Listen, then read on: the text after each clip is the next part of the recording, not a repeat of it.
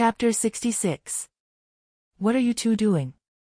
On Karen's way home from work, she saw two young men standing in front of her son Andy, who was still crying.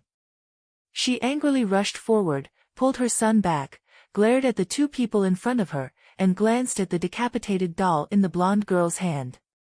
Belch's heart pounded, and he opened his mouth to apologize. But Siddle was one step ahead of him, throwing the head of the doll named Chucky to the ground. The round head rolled twice. She calmly said, "I suggest you throw this away, it's still alive, in its body is the soul of a murderer, it seems to be named Charles Lee Ray. You can go home and check again." Belch, this reason was as perfunctory as ever. Seeing the woman in cheap clothes in front of him bending down to pick up the doll head, he could only add one more sentence to ease the atmosphere: "We can compensate the toy at its original price, or double it." Andy's crying suddenly stopped. The child standing behind Karen looked at Siddle blankly. "Enough." Karen looked at the doll head in her hand with heartache, and said in a low voice, "Destroying other people's things, and even using such unreasonable words to mock them. Our family doesn't have much money, but that's no reason for you to bully my son."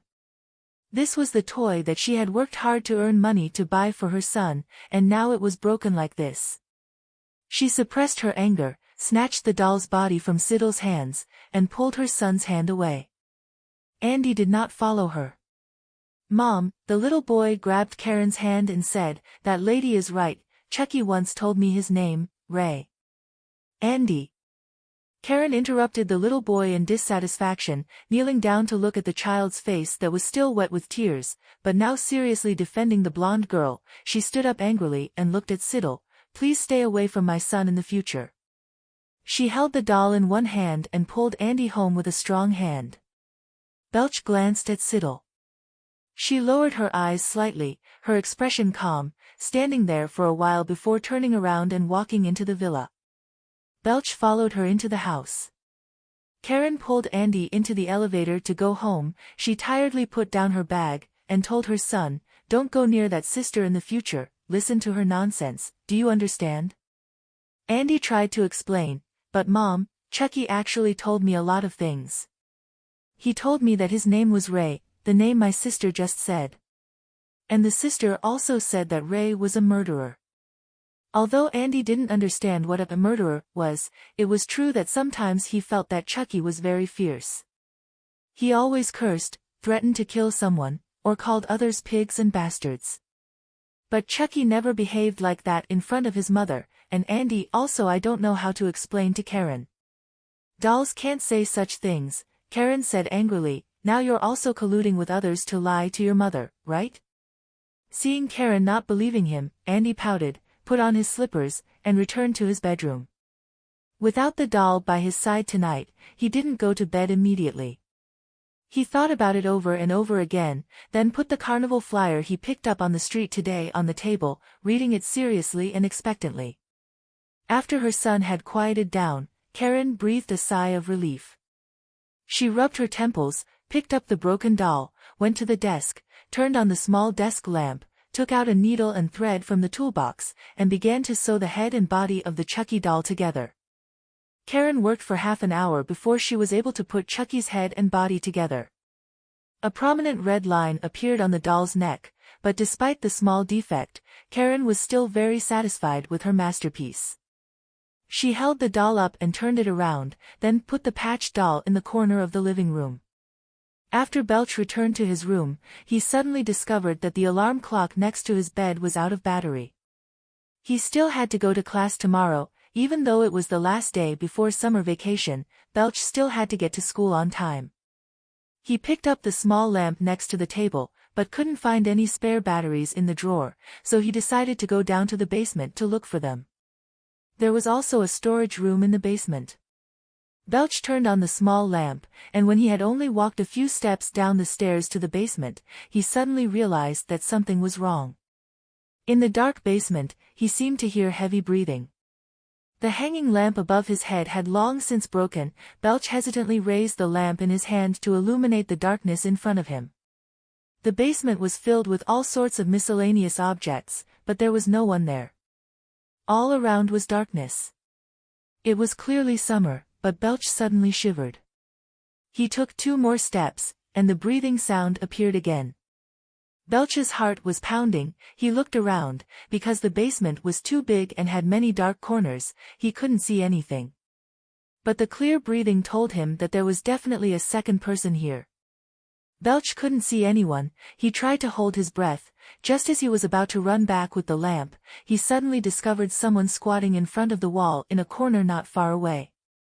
That person was sitting with his back to him, his face facing the wall, breathing heavily. Belch's hand holding the lamp trembled slightly. Just as he was about to run out regardless, he suddenly heard that person's soft voice. "Belch, come here," she said. Belch stood still in fear. This was Siddle's voice. Hearing Siddle's voice, he unconsciously took 2 steps forward, and saw the person in the corner turn around. The dim light illuminated a pale face. It was indeed his sister. Belch breathed a sigh of relief, covering his chest where his heart was pounding, intending to open his mouth to complain, but in the end he didn't dare, only saying, "Sister, what are you doing down there?" Siddle's face was pale as if she had just been pulled out of water.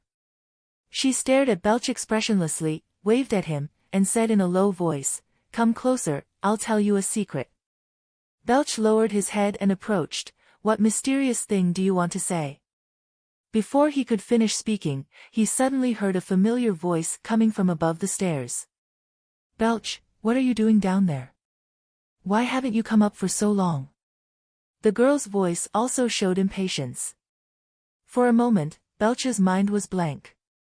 He was bewildered for a moment. Looking down, he saw the girl's pale and beautiful face with a crooked smile, the corner of her mouth cracked open, turning into a big mouth. Inside her mouth were layers upon layers of sharp teeth. From the bright red gums grew thousands of shiny white teeth, pouncing to bite his arm. Belch trembled, his body reacted faster than his brain. He unconsciously stuffed the lamp into its mouth, retreating backwards while screaming towards the stairs, "Sister, there's a monster down here." He ran up the stairs in terror, looking back as he ran. The monster that looked like Siddle was crawling towards him on all fours on the ground in a twisted position at an extremely fast speed. Belch had no way to retreat. It was too late to climb the stairs now. He used his last bit of strength to tremble and shout, "Sister, don't come down here, quickly call the police, this thing looks exactly like you who." He closed his eyes, feeling extremely indignant. Before he could finish his sentence he was scared to tears, thinking to himself that even if Siddle came down here he wouldn't be able to beat this thing, so he couldn't let them both die. At least the police would come to collect his body, hopefully he would still be intact by then. But he was a bit unwilling. Dying in the mouth of this monster was worse than being beaten to death by Siddle. But before he could finish feeling sad, he heard someone jumping down.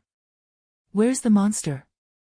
Siddle shined her flashlight into the empty basement, her tone calm, turning to look at him. Belch opened his eyes in confusion, looked around and found that there was nothing in the basement. "Sis, trust me. I wasn't screaming just now. There really was a monster that looked exactly like you." Before he could be moved by Siddle jumping down to save him, Belch's limbs flailing around to explain. In panic and fear, he quickly looked carefully at the basement. "I just found it there. There is still a lamp that it bit and broke there." Siddle didn't say anything. She squatted down and picked up the broken red balloon at Belch's feet. She stared at it for a while and said, "Go upstairs first." Belch followed Siddle out of the basement, holding a flyer about the carnival in her hand. His whole body was still trembling. Not daring to be alone, Siddle said, "Come to my room to sleep tonight, you can spread a mattress on the floor." Belch couldn't help but happily hug his blanket and pillow over. When he got to Siddle's room, he saw her sitting at the table, seemingly studying the flyer. Seeing Belch coming, Siddle turned around and looked at him indifferently. At this moment, Belch had a bit of PTSD, post-traumatic stress disorder. He looked at Siddle's pale face, her bright eyes seemed to be staring at him, and couldn't help but swallow his saliva. Siddle hesitantly said, "Are you afraid of me?" Belch, No, I'm your older sister, How could I be afraid of you? Siddle. You are my brother, she said. Remember that even though you are stupid and useless, I will not harm you. Belch hummed, yes. Forget it, Siddle sighed. Is your school planning to hold a costume party tomorrow? Belch saw the flyer in her hand and nodded. That's right, since summer vacation is about to start, there will be a 3-day carnival starting tomorrow. There will be a lot of children coming to play then. Siddle looked at the flyer that suddenly appeared on her desk. On the front were the entertainment items for the carnival, on the back was a black and white photo of her, and below it was written a line of text. Siddle Christian passed away on X day, X month, X year, at the age of 18.